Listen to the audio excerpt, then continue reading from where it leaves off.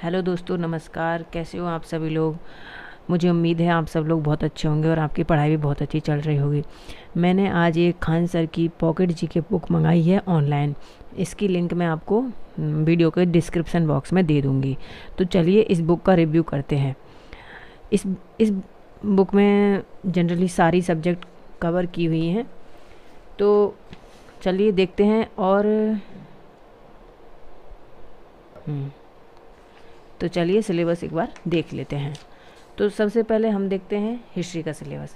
History में आप प्राचीन भारत में, जैसे हम सभी लोग पढ़ते हैं, प्राचीन भारतीय इतिहास के स्रोत और उसके विभिन्न काल। फिर उसके बाद हम सिंधु घाटी सभ्यता पढ़ते हैं, वैदिक सभ्यता पढ़ते हैं, महाजनपद पढ़ते हैं, बौद्ध धर्म, जैन धर्म। तो इसमें सर ने 3 पार्ट्स में हिस्ट्री को डिवाइड किया है: प्राचीन भारत, मध्यकालीन भारत और आधुनिक भारत। और इसमें पूरी हिस्ट्री बहुत अच्छे से कवर की हुई है। ठीक है।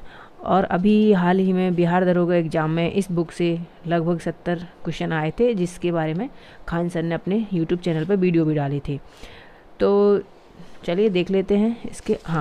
इसमें आपको भारत की संस्कृति के टॉपिक्स, विश्व का इतिहास, भारत का संविधान, भूगोल, सभी टॉपिक इसमें मिल जाएंगे।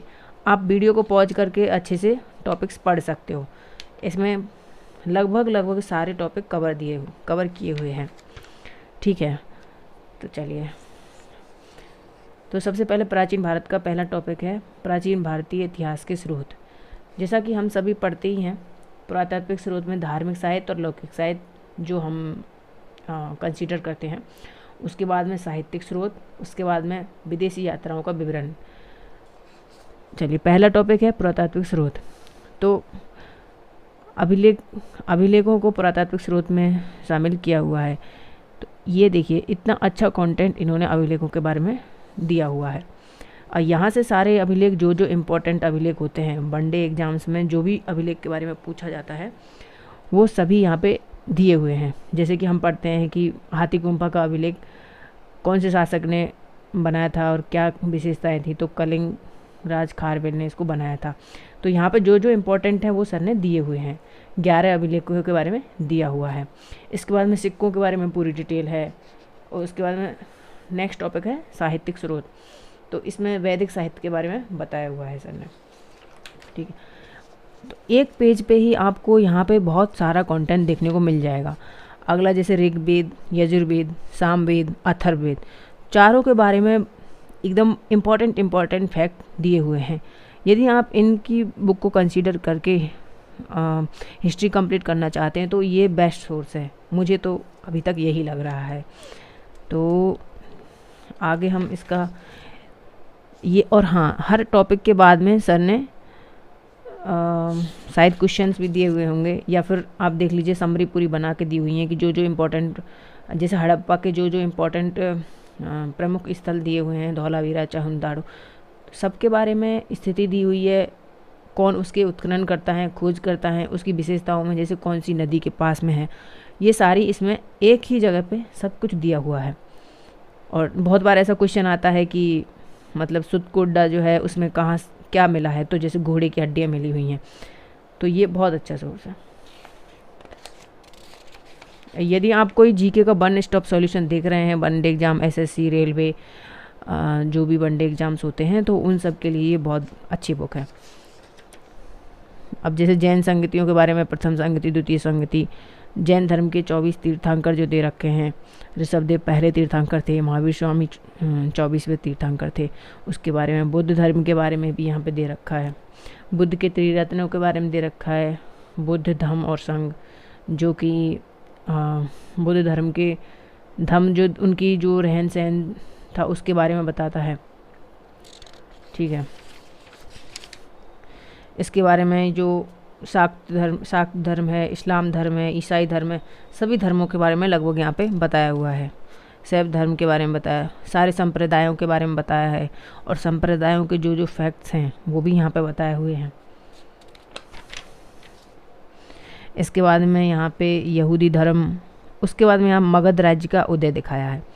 तो जो जो इम्पोर्टेंट उनके शासक हुए हैं, जैसे बिम्बिसार हुआ है, अजातशत्रु, उदयन, शिशुनाग, कालाशोक, महापद्म नंद, घनानंद, उसके बाद में सिकंदर का आक्रमण हुआ था। तो एकदम सिस्टमेटिकली सर ने बहुत अच्छे से यहाँ पे हिस्ट्री को कवर किया हुआ है।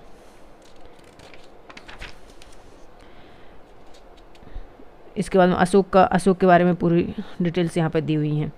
अशोक की जो अभिलेखों की लिपियाँ थी, ब्राह्मी, खरोष्टी, तो उनके बारे में भी बताया हुआ है।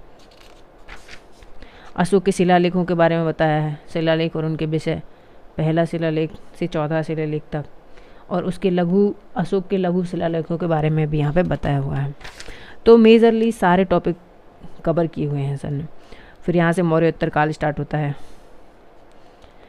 जनरली हम कोई भी बुक लेते हैं तो उसमें हमको क्या बहुत बड़ा बड़ा डिटेल में लिखा हुआ रहता है, फिर हमको उसका 1 लाइनर नोट्स बनाना पड़ता है कि हाँ शुंग वंश, कनम वंश, सातवाहन वंश, इंडो ग्रीक, तो ऐसे हमको कई बार सिस्टमेटिकली याद करना पड़ता है। यहाँ पे आपको सब समरी बनी हुई है, आपको बस याद करना है यहाँ पे। और यदि आपने पहले से कहीं से हिस्ट्री पढ़ रखी है, उसके बाद में ये बुक आप प्रेफर करेंगे तो ये बहुत अच्छी बुक है। अब जैसे यहाँ पे इंडो ग्रीक का आक्रमण, शकों का, कुषाणों का, विदेशी आक्रमणकारियों का, तो सिस्टमेटिकली सर ने बताया हुआ है। इसके बाद में जो संगम युग है, जो हम साउथ इंडिया के बारे में पढ़ते हैं, उसके बारे में बताया, गुप्त साम्राज्य के बारे में।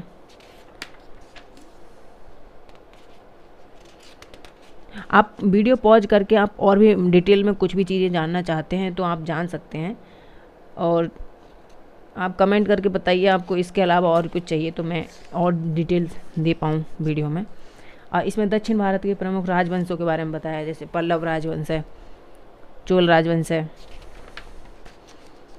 कल्याणी के चालुक्य, वातापी के चालुक्य, और जो राष्ट्रकूट वंश के बारे में दिखाया है। और सीमावर्ती राज्यों का अभ्युदय, जैसे पाल वंश था जो बंगाल में पनपा था, ठीक है, कश्मीर के राजवंश, गहड़बाल, दिल्ली के चौहान, जो भी छोटे मोटे टॉपिक भी हैं वो भी इसमें कवर किए हुए हैं, ठीक है। तो यहाँ तक ये हमारी एंशिएंट हिस्ट्री कंप्लीट होती है। इसके बाद में मध्यकालीन भारत स्टार्ट होता है। तो आज की वीडियो यहीं तक रखती हूँ, आप यहाँ तक टॉपिक कंप्लीट कर लीजिए। आज के लिए थैंक यू, कल मिलते हैं, बाय।